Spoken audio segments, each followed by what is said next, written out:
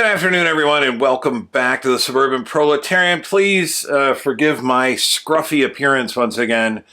Things have just been crazy around here. Old man winter keeps hammering us over and over again, and I wasn't really planning on making a video this afternoon. I thought I was going to be working, but that fell through, so I find myself with a little bit of spare time, so I thought, why not do one more unboxing?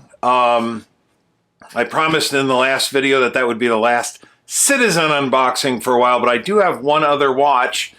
And although this isn't a Citizen, it's actually not even Japanese, this is a Swiss watch. It is from a manufacturer inside the Citizen group. And of course, what we're looking at is the Alpina Startimer, specifically the Alpina AL-525NN4TS6B. That's a mouthful. This is one of their Startimer watches. Obviously, it's part of their aviation series. And this is the older model. It's a 44 millimeter.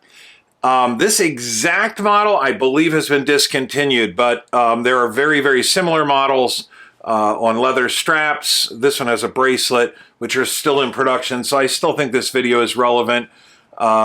Of course, Alpina recently introduced some new Startimer models, which are a reduced 40 millimeter size, a little bit smaller on the wrist. As we all know, watches are starting to trend smaller and smaller. But I like a Flieger that has some diameter. I don't like unnecessarily large watches, but with this style of pilot's watch, 44 millimeters, I think, is pretty reasonable. So anyway, I got a lot to say about this watch when I do the review, but I'm really anxious to get it on the wrist, and I want to show you how it looks as I take it out of the package for the first time. So without any further ado, let's go over to the tabletop and take a closer look at the Alpina Startimer. Let's do it. All right, everyone, so here we go. You can see we've got our box here with the Alpina logo on there. As the logo suggests, Alpina is a fairly old line Swiss manufacturer. The origins of the company go back to the 1880s. Alpina was originally copyrighted, the Alpina name, I think in right around the turn of the last century, 1901 or 1902. And it did survive for a great many years, about 100 years, as an independent watchmaker. But as I alluded to in the introduction, Alpina is nowadays a member of the Citizen Watch Group. It was acquired about 20 years ago by Frederick Constant, who's another Swiss manufacturer, and then Frederick Constant and by default Alpina were acquired by the Citizen Group in 2016. So I did get this from the same source as the Citizens that I've been reviewing recently, the factory refurbished Citizens that I've been reviewing recently, and this is in fact also a factory refurb, and that is marked here on the box. It says factory refurbished.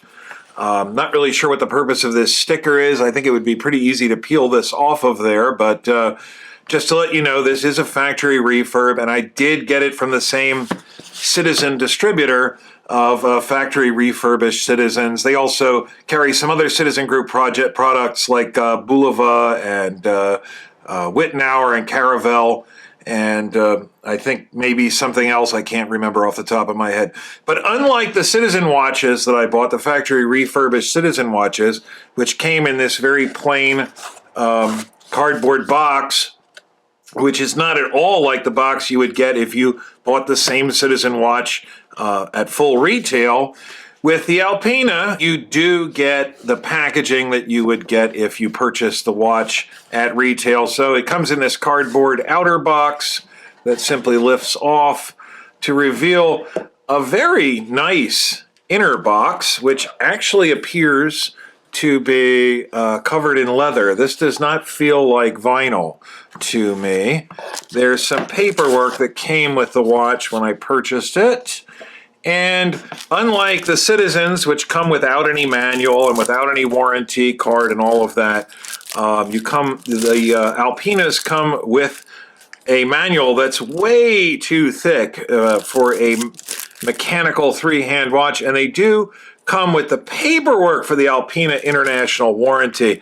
It's my understanding, however, that like the Citizens, the warranty is not actually effective on this watch, although the distributor does provide a 2-year US warranty. So let's get the outer box out of the way.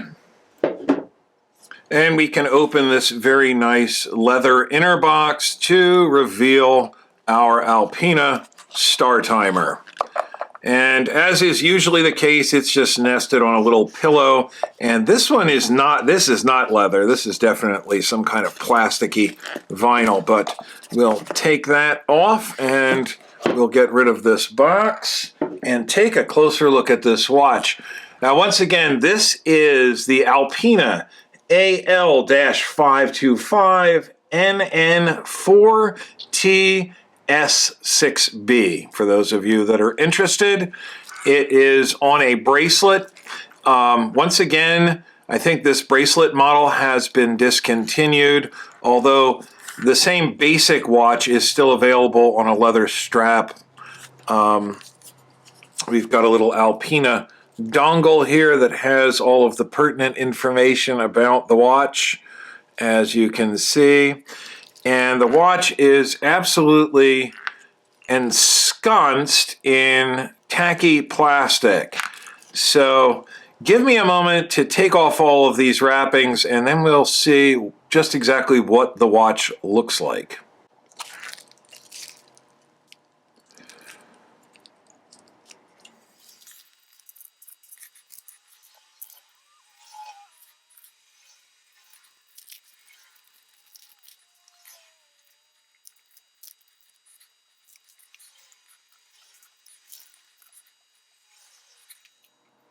Well, Alpina definitely does not skimp on the packaging. Very, very impressive use of sticky plastics to keep everything nice. I did take the opportunity to get the watch running, and I set it and set the date, and it's running along quite happily now.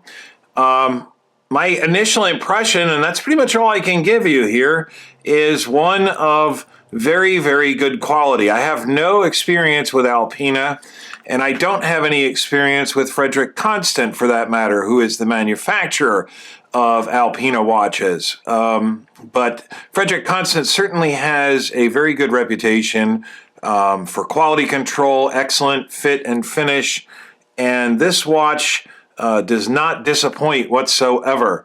The dial is really nice, as you would expect with a Flieger watch, especially a 44mm one. The dial is very large and very legible. The hand-applied indices are all very nicely aligned. Overall, it's just a beautiful watch, at least at first glance. We've got this large cupcake-type crown, which is signed with the Alpina triangular logo on it there. Now, this bracelet is stainless steel. The whole watch is titanium nitride plated, not unlike some of Citizen's titanium nitride plated watches like the ProMaster Tough. It is a bit darker in color. But if you look at promotional photos from Alpina of this watch and on some of the retail sites where this watch was sold, the watch really looks black in the photos. And actually, it kind of looks black here on the video screen. But I assure you, it is not black at all. It's definitely a sort of silvery titanium color, albeit a bit darker than that on this Citizen ProMaster Tough. But it's definitely not black. And another misleading thing about this watch is that this is supposed to be a blue dial. It's supposed to be a navy blue dial.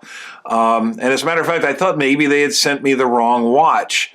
But no, I checked the model number. This is definitely supposed to be a navy blue dial. Now, perhaps I'm a bit colorblind. And some people, I've read some reviews where people said, well, under certain light, it appears to be navy blue. Under other lighting conditions, it appears to be black. Under every lighting condition, this dial appears to me to be charcoal gray. I don't see any blue at all. So Maybe somebody else will perceive it differently than I do, but it's definitely, to my eye, sort of a charcoal gray, but a beautifully designed dial. I've been wanting an Alpina for a while.